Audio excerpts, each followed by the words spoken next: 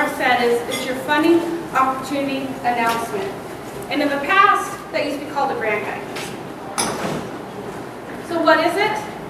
It's your recipe for success. Your FOA contains everything you need to know to write your grant. So you should refer to it for putting your application together as well as writing your project analysis. What does that mean? It means read the FOA, read it again, and then write a proposal to what the FOA specifies. So I'm going to give you some time now. There's two specific sections in your FOA I'd like for you to look at. It's the award information section and the eligibility information section from pages 2 through 4. So I'm just going to give you a couple minutes to look over that, and we're going to come back and discuss what you find in those sections. So in these two sections, what did you find? Multiple categories. I'm sorry, speak. Multiple categories. Multiple funding categories, is that correct? Okay. What were some other things that you found?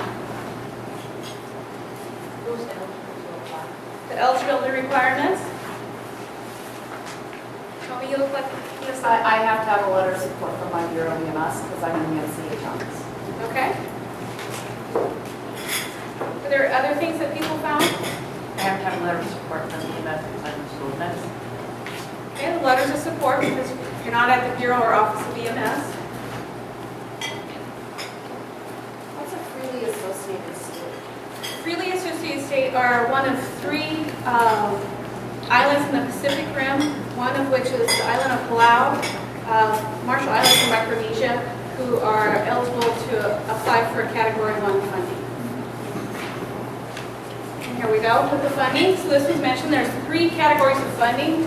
For everyone in this room though, you only have to worry about or be concerned with Category 3, so that's state partnership. Tommy had just asked about the freely associated. They're all under Category 1. So they're in a state playing, which is just $40,000 a year. The other thing that was mentioned was eligibility. And according to the FOA, state governments and accredited schools of medicine and states are the only eligible applicants for funding under the EMSC program. So with a show of hands, if you are associated with a school of medicine or a state government, raise your hand. Yay, that means everyone in here is eligible. Now, with a show of hands, and this is already touched on a little bit, if you are associated, or I should say under the Office of EMS or Bureau of EMS, please raise your hand. Okay.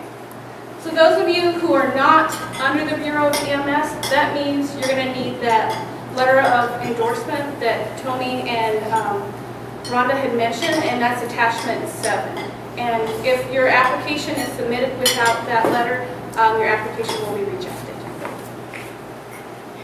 So now we're going to look at another section of the FOA, specifically the project narrative. So that's on pages 21 through 27. I'm going to give you a couple minutes to look at that, and then we'll come back and talk about that section. So in this section, the project narrative section of the FOA, what did you find in there? We need to reassess. I'm sorry, We need to reassess. conduct reassessments. Rhonda? That's where I'm looking. Is the reassessment, do I need to reassess before I write the project narrative, or is reassessment a part of my plan for the future? As part of your plan for the future, and it will be discussed in depth during the needs assessment section, which will be after lunch today. So, and if you have any questions after that, then of course.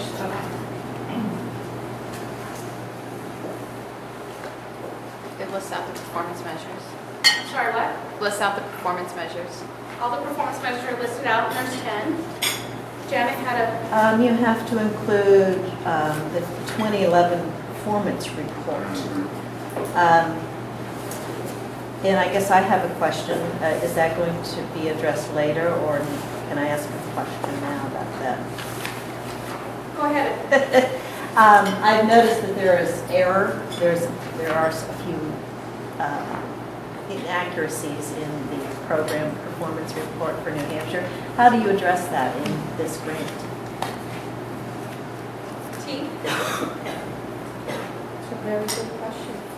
So the 2011 report that you submitted had some inaccuracy? Not the report I submitted, the report I got. So the report that, I should say the letter that Jen is referring to is in January of this The year. letter. HRSA sent out letters to each one of the program managers of essentially a report. And that, Okay, I get it. So what I interject? I would strongly encourage you to get it resolved before you attach it to the application. Because the reason for wanting that to be included as an attachment is again for the reviewers who know nothing about your program, to make it a little bit easier to know that this is where you're at this point. So it needs I mean, to be it's one of those things that's going to be quite obvious because the report says I have 50 hospitals. I have 26. So it's like, boom, something's wrong there. So we should work to resolve that. Okay. I'm very sorry. And who do you contact to do that? And if we can't find that project letter, officer. We can set it. Okay. Yeah, that's interesting. okay, I saw another, Tony? Yeah, on page 3 and again on page 28, it clearly talks about the NCHP performance measures being included in this, and we're still talking about 10 performance measures. Are we doing 10 or are we doing all 15? Because the guidance clearly in several places talks about the NCHP performance measures 7, 10, 24, 33, 41. In HRSA, EMSC is one of a few programs that had defined its performance measures long before others started working to implement it. So our performance measures are referred to as program performance measures. And then the 7, 10, 24, 33, and 41 that you're referring to that were thrown in, rolled out in 2010, or MCHB performance measures, meaning EMSC is a grant, is a discretionary grant that falls under the Maternal Child Health Bureau. And the Maternal Child Health Bureau is evaluating itself and needs to also report as the Bureau. So under the Bureau, we have those 7, 10, 24, and 33. And if you don't know what I'm talking about, it's in there. We can talk later. But that evaluates maternal child health. The EMSC performance measures evaluates our program itself, the 10 performance measures. So yes, you have to do both and work to incorporate both, but they're really not separate. If you look at them, you know, it's like 7 is talking about family-centered care, family, you know, we have a FAM representative. Right. Those things need to be incorporated. Yeah, but yes. Clearly, we need to address that somehow. Yes, somehow incorporate it into your overall project. So you put, But the goals are the EMSC performance measures and integrate the focus areas of the MCHB, what they're looking for. It's their way of collecting information to report how they're doing and how their programs that they fund are doing. Our performance measure evaluate how we're doing in our states, in our systems, in our hospitals. so if you're writing about, if you're writing about performance measure X of EMSCs and Y maternal child health applies to X, you write MCH into that one? I guess a good example is if you're looking at you're looking at one of the performance measures and you're looking at how to incorporate family representatives involved in the strategies. So part of looking at your pediatric protocols for performance measure 71 is a good example. You'd have to, part of that would probably include getting the advisory committee together to review the protocols. Maybe I'm speaking off base, but that's just an example. Is your family representative involved in that process? That would address performance measure 7. Do you have a family person or a representative of your community involved in this whole process of how you institutionalize your program? Well, some of those things are much easier to do than others. They're already being done. We're going to get into medical homes. Yeah, Those it's sorts of difficult. things. And, you know, in looking at this and talking to our group, our intention is to fold that into the categorization, prevention. You know, it's going to fall into multiple Areas. important to note that those things need to be specifically stated in there. Some of them are really hard to relate to the performance measures, to relate to the program. We understand that, but those are part of MCH evaluating its programs all across. Okay, we have some other hands up. Quick question on page 23, introductions. There's a little more in-depth discussion about EMS agencies in the state, the number of patient transports, how many, but 5 of the most common types of severe injuries and acute illnesses within our pediatric population. That kind of opens the door to look at, can we include our injury prevention activities if we're looking to add the required introduction pieces.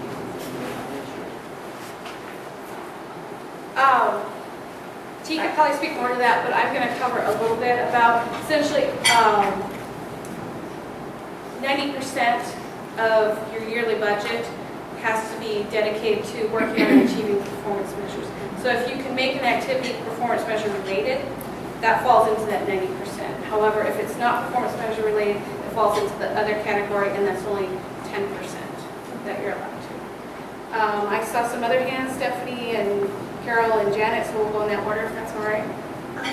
More speaking to the question that was just asked about performance measures. So do we state those other performance measures, the maternal child health performance measures? No. Or we just incorporate that? You incorporate it into your activities because you're evaluating, you're self-reporting on those performance measures when you go into the electronic handbook.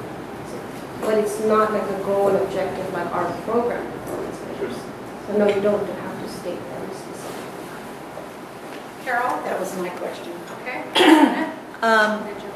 In past years, we dealt with the healthy people, I guess it was 2010. Yeah. And in the grant guidance, it identified which of our performance measures had overlap with that. Some time ago, Jocelyn did a presentation where she talked about the maternal and child health performance measures and how that overlapped with our performance measures, the EMSC ones. But I've never seen anything in writing. Is it possible to get you folks to do a little cheat sheet for people, especially the new people? We have a crosswalk that actually was put together on the HP 2020 and objectives with our performance measures. And maternal and child health. And maternal child Health, but I'm talking about specifically maternal and child health. So MCHB with our program Yeah. performance measures? Yeah, some kind of written Yes. explanation of That's a how, good idea. which ones overlap, how they overlap, and which ones sort of don't, and an explanation about what they actually mean. Some of that wording is like, huh? I think, and I'm sorry to jump in, but Tita did tell on to that because several states have adopted injury prevention performance measures through their MCHB to reduce the number of children who enter into their emergency department. I think it would be helpful for those EMSC programs, if they're not aware that their state has that performance measure, because then that's their into injury prevention. Mm-hmm. I mean, that's how we do it within my state. And we have a reduction in X amount of kids accessing the emergency department as a state MCHB performance measure. I'm going to have Joe, and then also to remind you, after this talk, he is going to give a talk about performance, but also a part of that is Q&A where you can ask more questions. So I'm going to let Joe ask his question, and then we're going to move on.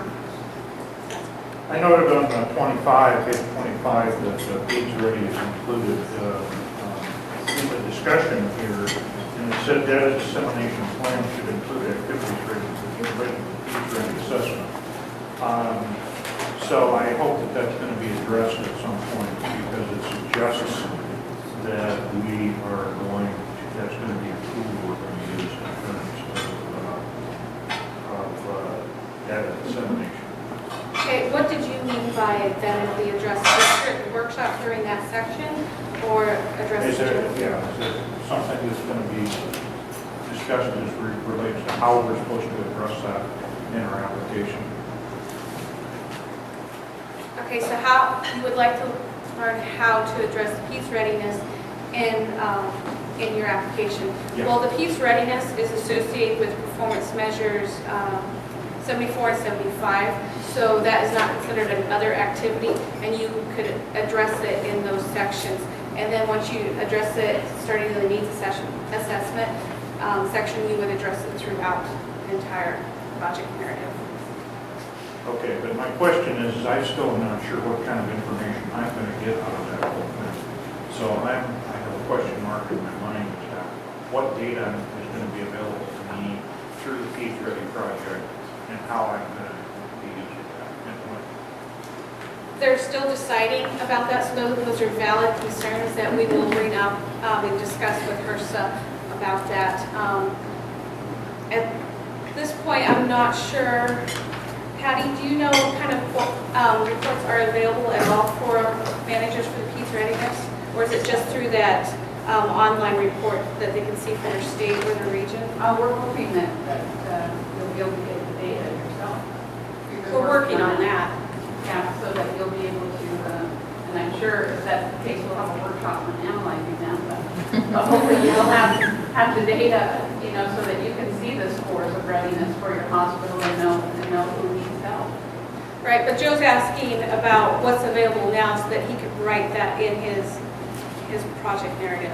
Probably the FAQ that was developed by HRSA and handed out at the grantee meeting is probably one of the most useful resources that we have right now. I know they're also developing some other FAQs. That has a lot of detail about the project itself. We're going to save the rest of the questions for the Q&A session. We're going to go on. So we brought up priorities. Performance measures are your number one priority. And I already said this earlier, but Mike's going to talk about the budget stuff tomorrow. What that means is 90% or greater of your yearly budget has to be devoted to working on and achieving the performance measures. This does not mean you can't work on other activities. However, they can add up to only 10% of your yearly budget. So what are some performance measure related activities people are planning on working on? Joe had mentioned one, PEDS readiness. We're working on our transfer guidelines. We've done pretty well on the trauma, but we still need some work on the medical. So do you mean the written interfacility transfer Yes. guidelines and agreements? Okay. Yes.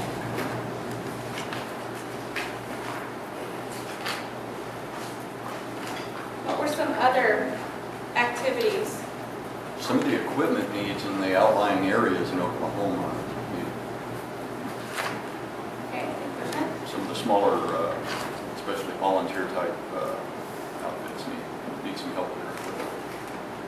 But Stephanie? wouldn't that be part of your 90%? Yes. Oh, You're yeah, I'm asking sorry. No, about- I'm the talking other about thing. performance-related activities right Oh, now. Okay, so what are some other activities people are planning on working on? That are not performance-related. Correct. Well, I have a question. We have a medical and trauma system in Tennessee, but an enhancement that needs to be made to those is more robust quality improvement process in that system. So would that be considered still part of the performance measure? You're working on getting more depth in that? Thank you, that's where I was hoping somebody would go. So Rhonda is hoping to work on a quality improvement process for her medical and trauma system. So that would fall under as performance measure related. Performance measures 74 and 75 are about traumas and medical. So it doesn't have to be that we're going to buy equipment. It can be something that relates to. Emily? If you are getting funding from another program to do something that's not related to the performance measures, like injury prevention, you wouldn't include it in this grant? I'll let Teeth answer that one. Is it a focus area of another program? No, that Vermont doesn't have injury prevention. Okay. So my office has teamed up with the maternal child health office, and also they want us to do some work on motor vehicle accidents, and we're being funded by Governor's Ed Safety in our state for that. You wouldn't necessarily incorporate it, but if you were going to tap into what is available in EMSC to 10% and used for your partnership with County Safety, you wouldn't do this, you couldn't do this part of the project. But you don't have to go into real in-depth details about that partnership, but it helps to have an understanding of what's it going to use 10%. So, yes. Okay, so I'd like to say about the other activities, and Rhonda had a great example there, but you still have to make that strong connection so that the reviewer can see that there is a connection from those not specific performance measure, but performance measure related activities, so that they understand why you're doing it. Because one of the other things you need to remember is if you do another activity that is, when the reviewer's reading that, think, oh, that's going to be more than 10%, they're going to really question it, and that could be a possibility where you get a condition on your grant. So you have to think about this. So the other thing is the project narrative. That's what this section was all about. It's the heart of your entire grant application. So as Lenora talked about, it really needs to be comprehensive, succinct, and this is what reviewers are going to look at when they're reviewing and grading, scoring your application. In the FOA, it also lists the 7 sections you need. In the past, the last competing, there were 4 sections, but now there's 7, and these are the headers you need to have. And the reviewer is going to look at this. Speaking of reviewers, Amber is going to discuss the review process with you. All right, so review criteria is one of the things you identified for this. It's an important subject to cover. So your entire grant application, and particularly your project narrative, is evaluated using the review criteria. So we want to learn more about those criteria so you understand how it's being evaluated. So we're going to talk about what is it, where do you find it, and why is it important. So first, what is it? The EMSC State Partnership Program has 6 review criteria listed here. They are need, response, evaluated measures, impact, resources capabilities, and support requested. Further, these criteria outline procedures for assessing the technical merit of an application. They're used to review and rank applications. And the criteria and the sub-criteria include critical indicators to assist the applicant in presenting the pertinent information. So the whole FOA is your recipe for success. The review criteria and sub-criteria are kind of like the ingredients. So where do you find it? The review criteria are listed under Section 5 in the FOA, Application Review Information, and this starts on page 32. This table is taken from page 33, and then detailed descriptions of each of the criterion follow this table. And there's also a handout on page 145 in your booklets that looks like this. It has summarized versions of the criteria.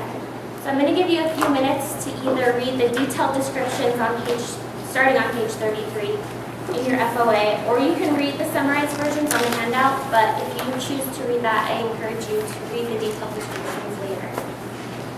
I'll give you a few minutes right now.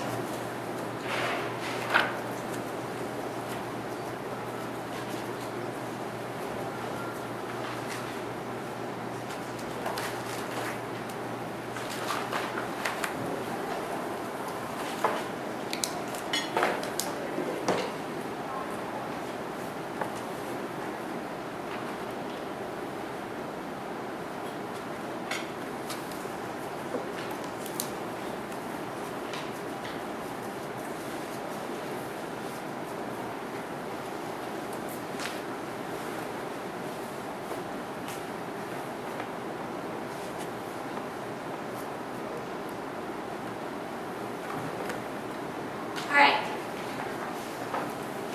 So, now that we've talked about what they are and where to find the criteria, we want to talk about why they're important. I think you kind of understand that they are important, and this information is taken from the FOA.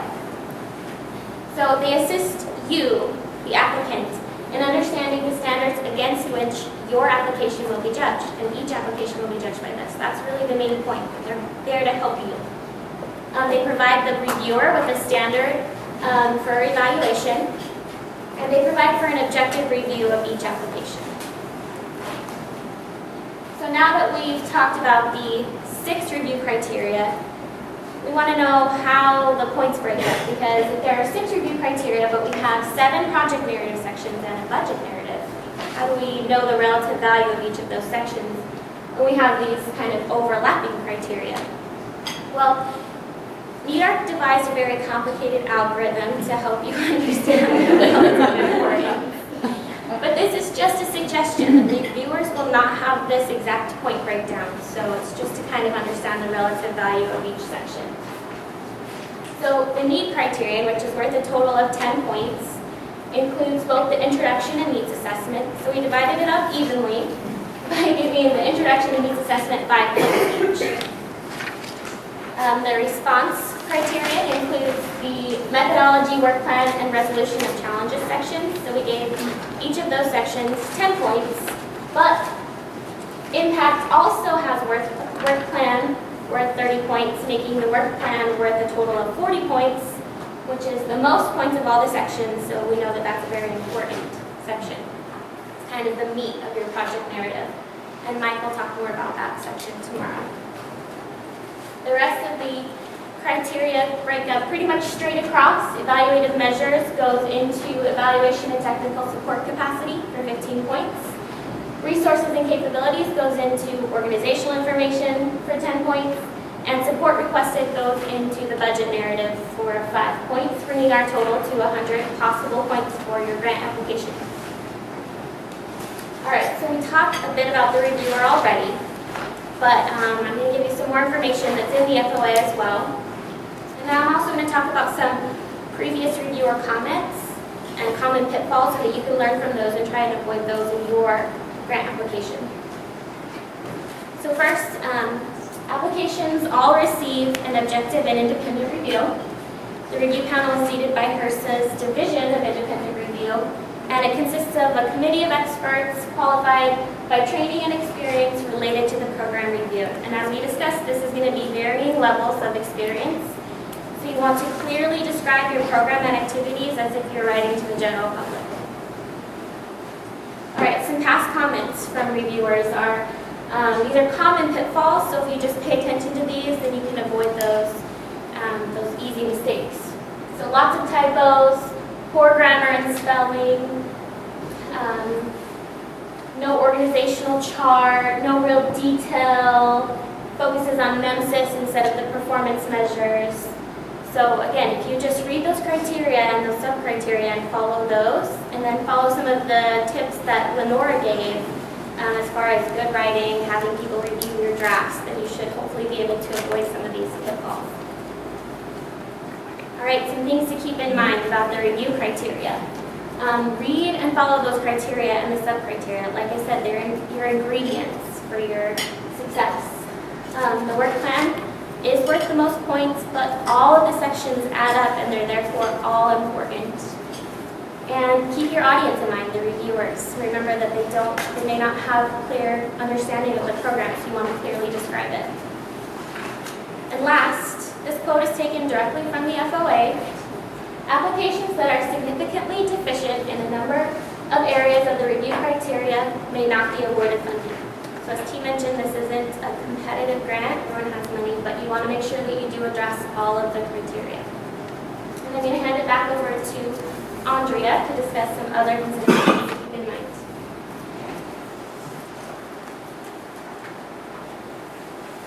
Janet, you scared? No, I'm just, Okay. I'll just share it with you folks. The first year that we had people coming in to review our grants who didn't have EMSC background, I was called up, Kavanaugh called me up and said that they had concerns about my grant because I hadn't used the word pediatrics enough. So I had to go back and sprinkle the word pediatrics everywhere. And then they were happy. Easy fix. So you had conditions. No, it wasn't a condition. It wasn't a condition. Okay, so we've already stated, even though this is considered a competition, a competing grant, you're not in competition with the MCHB. So, yay. But we already talked about reviewers and review criteria. It's important for you to write a good proposal because these reviewers are going to look at it and they're going to score it. So you have to keep that in mind. Other thing is the FOA, grant guidance, those who have looked at this in the past, it changes each year. So therefore, don't copy and paste because, as an example, the last competing, there were 4 sections and the headers were totally different. So if you just copied and pasted those and you didn't review it, you would not be writing to the FOA. The reviewer doesn't know about those past sections, so therefore, you wouldn't score correctly. Another thing is you have a state single point of contact. I don't want to say it wrong, I just have to read it, which is your SPOC.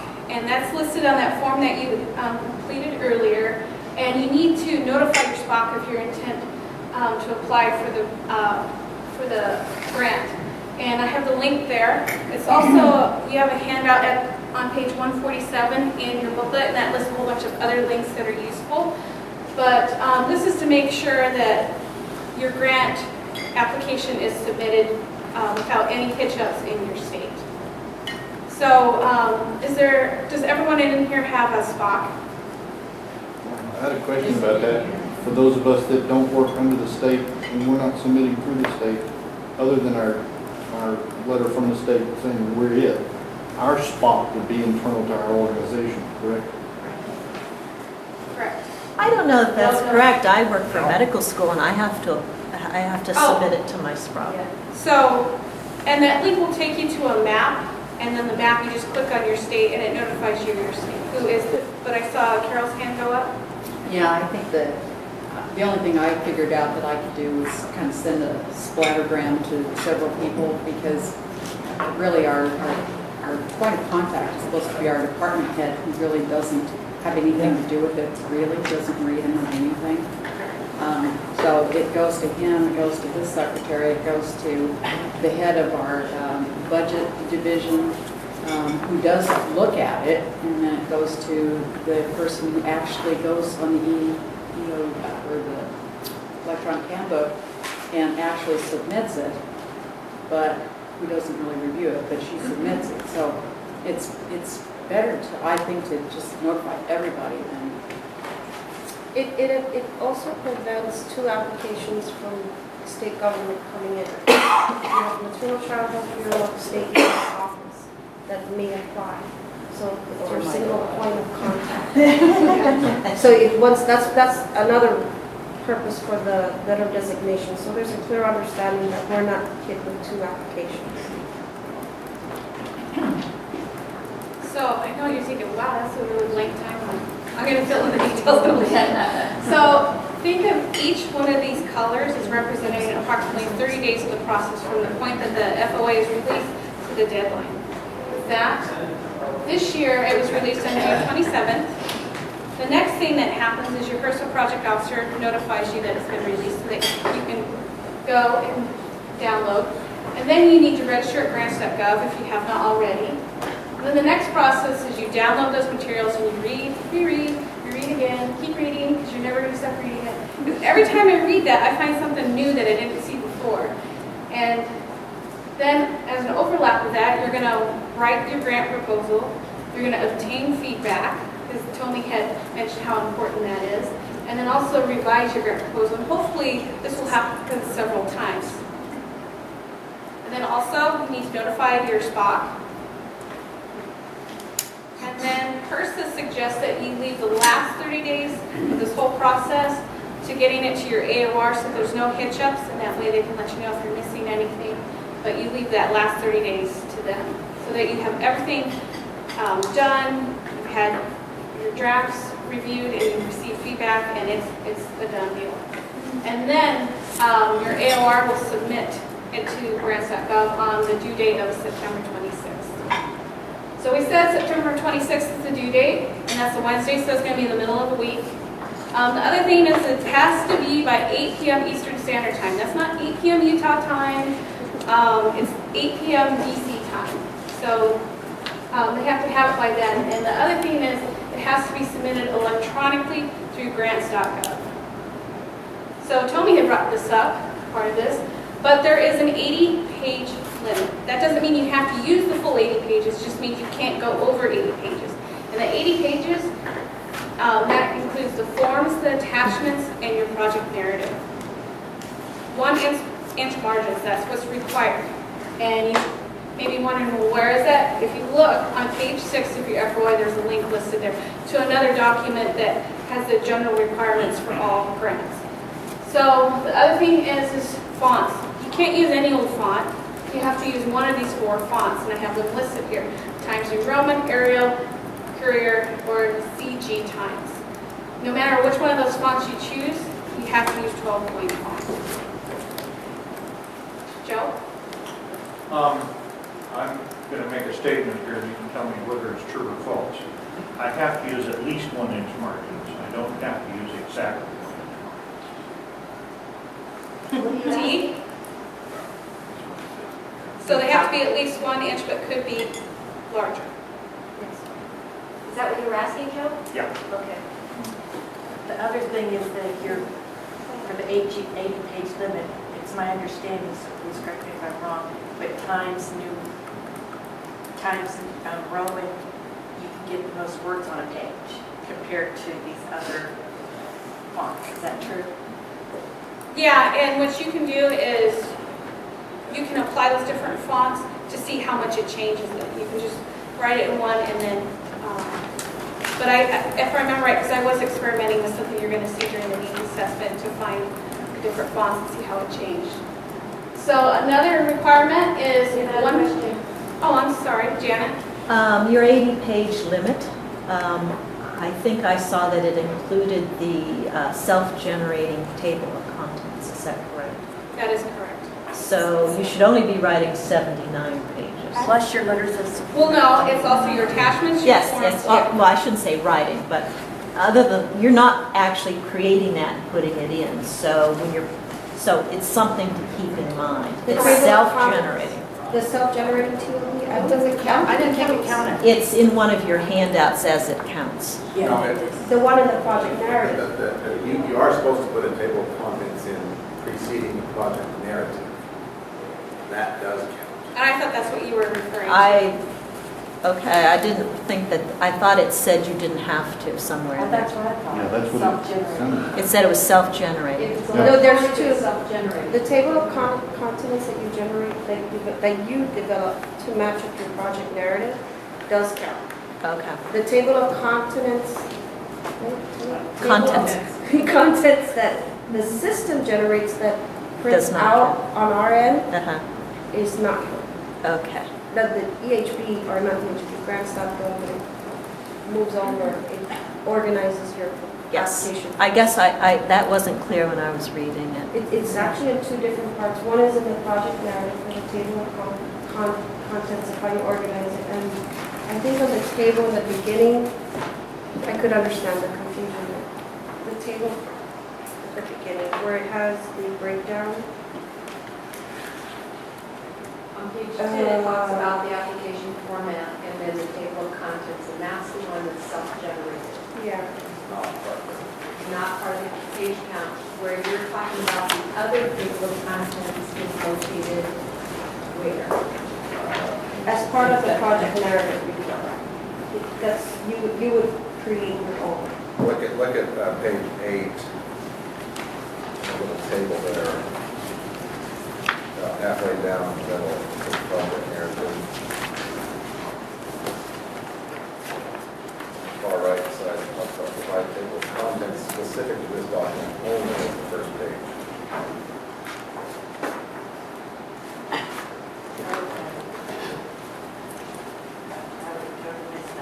That is part of the page count, as part of the project narrative.